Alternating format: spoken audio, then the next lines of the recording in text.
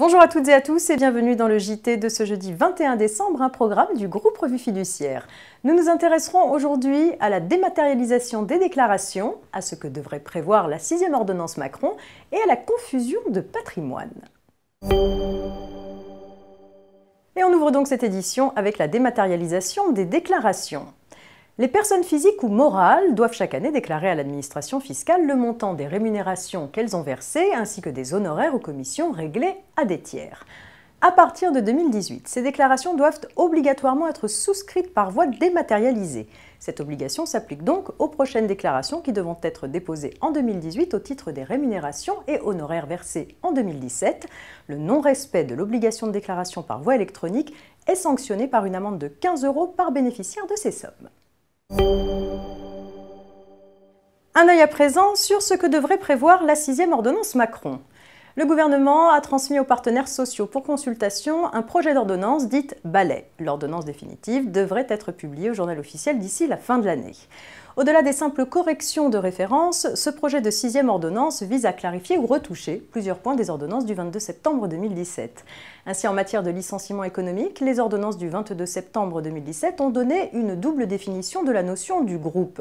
Le projet d'ordonnance ne prévoit plus qu'une seule définition. Il s'agit du groupe au sens du comité de groupe, que le siège social de l'entreprise dominante se trouve en dehors ou sur le territoire français. Le groupe sera donc défini par référence aux dispositions du Code du commerce qui résonnent en termes de détention de capital, de droit de vote ou d'influence dominante.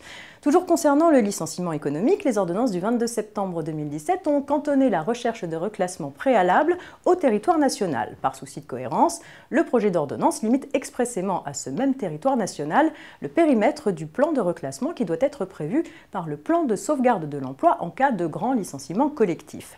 Ce projet de 6e ordonnance revient aussi notamment sur le recours à un expert par le CSE sur la compétence du conseil d'entreprise ou sur le maintien du salaire en cas de congé de formation économique, sociale et syndicale.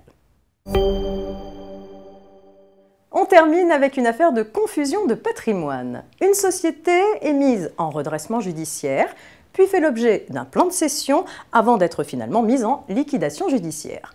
Se prévalant de relations financières anormales entre cette entreprise et son bailleur, le mandataire judiciaire assigne ce dernier en extension de la procédure collective pour confusion de patrimoine entre les deux sociétés.